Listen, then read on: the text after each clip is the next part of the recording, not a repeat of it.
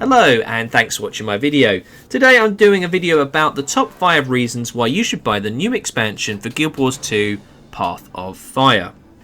So I'm going to give you the 5 reasons as to why I think this is value for money and you should definitely purchase this. So, number 5 is something that actually it's the way the whole expansion set out and rolls in and keeps moving this model of expansion then living world. With the Heart of Thorns expansion, the Living World Season 3 was a long time coming before we actually got that. There was a huge gap between the expansion and the Living World. This is actually changing, and you will need access to Path of Fire to get access to Season 4. Now, Season 4, we've been told, should be coming fairly quickly after the expansion, and I would guess between 3 to 6 months that I would expect Season 4 to kick off. That should give enough players enough time to actually play the story and develop and finish and complete the mode. So the way that rolls in is quite interesting. It's the way they've done it. It should roll in much better. So for me, that's one of the better reasons for why you should purchase this, because not only are you getting access to the expansion, but you're getting access to another season of Living World.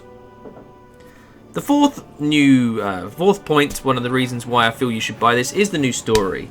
The story mode has been picking up pace with the Living World Season 3, and it's been interesting how they've moved away from their core whole reasoning and whole story mode of the Elder Dragons.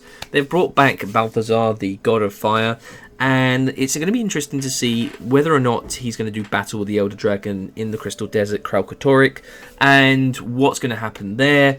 Are we going to see other new gods? It's a really good time if you're really interested in the story of Guild Wars, then to be playing this. So for me, that's one of the main reasons why I would definitely buy Guild Wars 2 Path of Fire. Number 3 is, we're starting to get into the main reasons here now, and this is a huge one. Now with Heart of Thorns, we received 4 new maps, and they were pretty disappointing, to be fair. I mean, Verdant Brink was quite a nice map. It was interesting, very diverse, much more verticality. Same was with Auric Basin, although that was, some people feel that's a little bit particularly boring map. Dragonstand was a different way of doing things, and again, people don't actually access that too much unless they're going for the meta event, which really meant that the other map was Tangled Depths. For me, a beautiful map, but not a map I enjoy playing. It's probably the map I've played least of the expansion. And we were very disappointed that there were only 4 maps compared to how many they released with the core Guild Wars 2 experience. This time, however, they're releasing 5. Now, at first glance you might think, well, that's only 1 more than they did with the previous expansion. However, these maps are huge. Now, for those of you who might have seen some of the spoiler maps images, you would have seen them. They are comparable in size to sort of world versus world maps. They are huge. The largest map I can think, you think of like Diessa Plateau or even like Gendaran Fields, a standard map size in the core area. These maps are much bigger, and so although it's only 5 maps, equivalent, I would say it's more between 8 to 14 in terms of map size. So there is a lot more to explore in each individual map, and not only that, in terms of the core area, you'd say, okay, we had a lot more maps. The new maps, they actually have a lot more verticality, so it is kind of 2 to 3 maps in one, which is what they tried to do with Heart of Thorns. It didn't quite work out that way, and we were a bit disappointed as a sort of the players and the fans that Heart of Thorns didn't give us more interesting content. I think that they will do that definitely with these new maps, and of course these maps are taking place in Alona. So we actually were in Alona for Guild Wars 1 Prophecies. We went to the Crystal Desert, or we weren't quite in Alona as such, but we were in the Crystal Desert. So we will have been told, and we will see elements of, and they've shown them in the trailer, of some of the places we were in Guild Wars Prophecies, and that's a long time. That's over 10 years ago now. So to go back to some of these maps with an updated, fresh map, I'm really looking forward to that. And we're also going to parts of Ilona that we visited in Guild Wars Nightfall. So again, this is really, as someone who's played Guild Wars 1, this is going to be a fantastic experience for me. For those of you who are new to the game and haven't played Guild Wars 1, this is an exciting time for you to actually experience that fresh lore and that story, because it's a really detailed story. Nightfall was one of the best well-told stories in the Guild Wars franchise, and it's going to be exciting to go back to these points. So for me alone, I would buy Guild Wars 2 Path of Fire, just the fact we get these new maps and get to experience that story. Number 2. Now this was actually, when I did the Guild Wars 2 Heart of Thorns video, I said this is probably the best reason to get this. For me, the Elite Specializations. We're getting 9 new Elite Specializations, and I'm going to do videos on each one in much more detail, but I'm going to give you a little bit of a brief on each one. For the Necromancer, they're getting a Scourge, which is a very interesting way that they've decided. We had the Death Shroud, then the Reaper Shroud with the Reaper Elite Specialization. This time they're actually doing away with that and the Shroud. You actually get a Torch as a new Necromancer, and you get this different ability. It's much more of a supportive role, so that's interesting to see, and to see how those Necromancer players adapt to that. For the Ranger, they become a Soul Beast, which basically means they merge with their pet. So the pet abilities have always been a bit interesting in how you use your pets. Now you're actually going to be joining up and having special abilities that you can use on your actual character. They'll also get access to a dagger. So the Rangers, it'd be interesting. Obviously they had a more healer type role in with Heart of Thorns and the Druid. To go with Soul Beast, I wonder how that's going to play out. For the Engineer, they're getting a sword, and they're becoming a Holosmith, being able to create lots of different light and shielding abilities, and if they keep in this form too much, they eventually explode. So that's quite an interesting aspect to see. I think the Engineer aspect, again, it's another melee weapon, which is what they were asking for before Heart of Thorns. I think this is going to be an interesting elite specialization as the Holosmith. For the Mesmer, this is a very interesting change that they've gone for with the Mirage. They're getting an axe, and it's all about being able to create these ability to, rather than dodge to avoid attacks, create this Mirage ability, which means that if an enemy fires an attack at you, you don't have to dodge, you'll just avoid it. It's kind of the invulnerability that you get when you press the F4 for shattering clones, but this is just able to dodge. Rather than dodging, you just get to avoid that ability. So an interesting way of doing things. We'll have to see further how that develops. With the Warrior, they get an elite specialization called Spellbreaker, and they also get a dagger, and this is about being able to stop those enemies using those spells. This should be interesting if we could look at PvP, particularly having a Spellbreaker against for example, an Elementalist who, using their elite specialization, the Warrior might be able to counter some of that play. For the Elementalist, we actually get the Weaver. Now the Weaver gets a sword, and the Elementalist is phenomenally interesting to actually examine. Rather than being able to wield one achievement, which usually they cycle through, the Weaver can actually wield 2. And there are 40 different skills that they've got access to because of the multiple achievements, and that is fascinating. I think this is going to be a lot of interesting gameplay. I think the Weaver is going to have a huge amount of flexibility, so if you're an Elementalist main character or main player, this is going to be a fantastic expansion for you to get.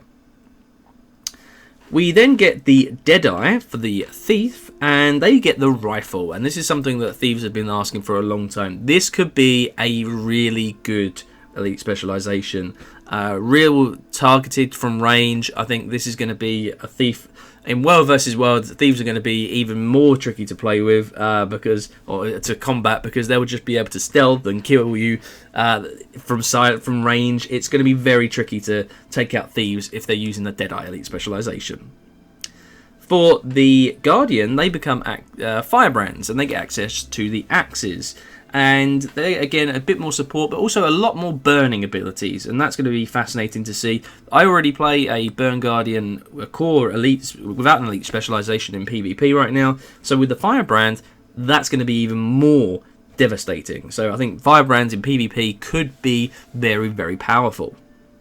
Then we get the Renegade, which is the Revenant's elite specialization from Kala Scorchrazor, and they get the short bow, and they get the ability to call upon the allies of Kala Scorchrazor. So that's going to be interesting. Again, see how that works. But with a short bow, that's quite a nice weapon for the Revenants to take on.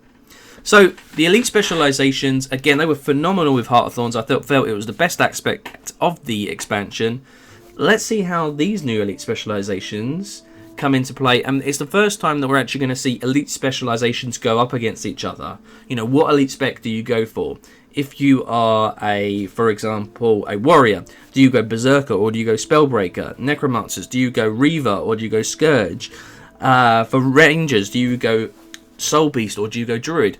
Or you could think of rage, you may have multiple characters, multiple professions, or the same profession, so ranger, but with 3 different abilities, 3 different ways of playing it. The core way, the druid, and now the soul beast. Very interesting. It gives that much more diversity, allows much more interesting, and opens the gameplay up.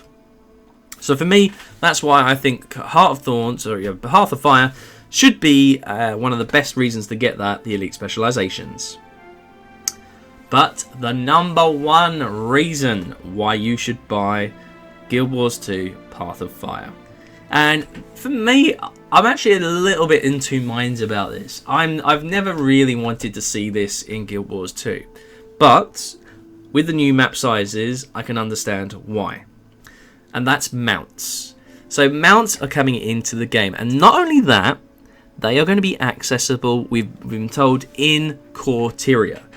Oh yes, so you will be able to run around the rest of the world of Guild Wars 2 with mounts. Now there are 4 types of mounts. There's a raptor, a skimmer, a springer, and a jackal, and they each have different abilities. For example, the skimmer can run over water, whereas with others you would just have to swim. So it gives you that flexibility to move very, very quickly. The springers can jump very, very far, and so on and so on. The mounts can open up a huge amount of access to the world. It can really speed up your map completion for definite, and it's going to make things a huge amount more fun. Imagine you're in a big Zerg and you're all running around on your mounts. It's going to be phenomenal to see that. Being able to customize your mounts, that'll be interesting to see. I'm sure that they're going to bring out things in the gem store where you'll be able to customize your mounts. That's going to be something of interest. They might reintroduce rewards to go back and customize, get different features for your mount. You might be able to get different outfits. I think mounts are a good thing to see in Guild Wars 2. For me, again, as someone who really didn't want to see that, because I felt it was something that every other MMO does, and I didn't think there was a need for it in Guild Wars 2. But the changes with the new expansion, I definitely can see why they've brought it in, and I'm actually more excited to see that now. And I think everybody there in the game can see the benefits of having mounts now in Guild Wars 2. So those are the 5 reasons that the 5 main reasons that I feel we should see. I feel we should buy Guild Wars 2 Path of Fire. There are other reasons that I haven't included. Things like getting new guild halls. We're probably going to get a new PvP map. A world versus world did not announce the changes that's going to happen yet. So we'll see what's going to be happening there. I'm sure that they might bring in a new world versus world map. But we're going to have to see on those. But for me, these are the 5 main reasons. Having the changes to the story mode, the Season 4 rolling off straight after the expansion. The new story that we're going to getting, and stepping away from the Elder Dragon storyline. The new maps, 5 new maps, all in Alona. Looking forward to it, and the Crystal Desert. And the 9 elite specializations, they're going to be fantastic. Can't wait for them. PvP, raids, it's going to be phenomenal. And then mounts. These are the 5 main reasons why I feel you should buy Guild Wars 2 Path of Fire. Now, if you are interested in buying, you can pre-purchase. You do get some rewards, and I'm just going to show you in-game. You do get access to a number of different features. So here you can actually see how much you can purchase for it. Again, this is in the UK because obviously I'm in the UK, so there are UK prices. So if you want to buy the standard amount, you can get the Guild Wars 2 Path of Fire, and you get a max level boost like we got with Heart of Thorns. So if you want to create, if you don't have, or if you have friends that want to play, just tell them to buy the game. They'll get Guild Wars 2 and Path of Fire, and they'll get a character that can insta level to level 80 and join you in the game. If you go for the deluxe option, you get the same thing, Path of Fire and the max level boost. You'll get an additional character slot, which can be handy, and you'll get an identity repair kit, which actually includes a name change contract and a my character design change repair kit. So basically, you can change the look of your character. Spear Marshal's Presence, which is a outfit you can acquire. Really, it's, for me, I've had a look at it, it's not fantastic, I'll admit. It is very reminiscent of Guild Wars Nightfall of those Sun Spears. And then you get this Lily of the Elon permanent pass. This is access to a particular area in the game that we haven't seen yet, so you can get access to that. Now, you can also get the ultimate, which is £70 as opposed to 48, and that will get you 4,000 gems. Now, the difference is, okay, 4,000 gems, how much will that actually cost you? Well, if we actually go here and have a look at how much the gems cost, 4,000 is £42.50. Okay, so let's actually compare that. £42.50. I know this again will vary dependent on your location, but I'm using it as an example because it will be equivalent. Well, if it's £70, you're actually meaning that you, instead of the 48, usually that would be an extra. That's an extra £22. So you are getting those gems at half price. So if you are interested in buying gems, rather than buy them on the gem store, buy the Ultimate Edition and you'll get those 4,000 gems for the price of 2,000. So quite a nice thing there. So that's what I'd recommend if you want to get different abilities, different things you can get. I actually have got the Ultimates. I wanted to get some of these different features, and I think some of these are really, really interesting. I like looking forward to the Lily of the Elon permanent pass, and I'm a bit of a character whore, so I love getting all these additional characters. I'm looking forward to creating a character based in Alona, and again, there's some new skins that we're going to get and see that as well. So for me, if you're interested in purchasing Guild Wars 2 Path of Fire, I'm going to leave a link in the description below. This actually it helps me out as well, so you do help contribute to my channel. So please click on the link through there and buy it through my link to access Heart of Thorn. To access Guild Wars 2 Path of Fire. I'm going to have to start calling it that. I've been so ingrained with Heart of Thorns. Now it's going to be Path of Fire. So thanks for watching my video. It'd be great to hear any comments you have, any thoughts you have. What's your favourite thing that you're looking forward to in Guild Wars 2 Path of Fire? Let me know in the comments below, and I'll see you on the next video. PvP, legendary weapons, how to make gold in Guild Wars 2, and Mike Talk. Please use these links below to help support my channel, and I'll keep producing content you enjoy.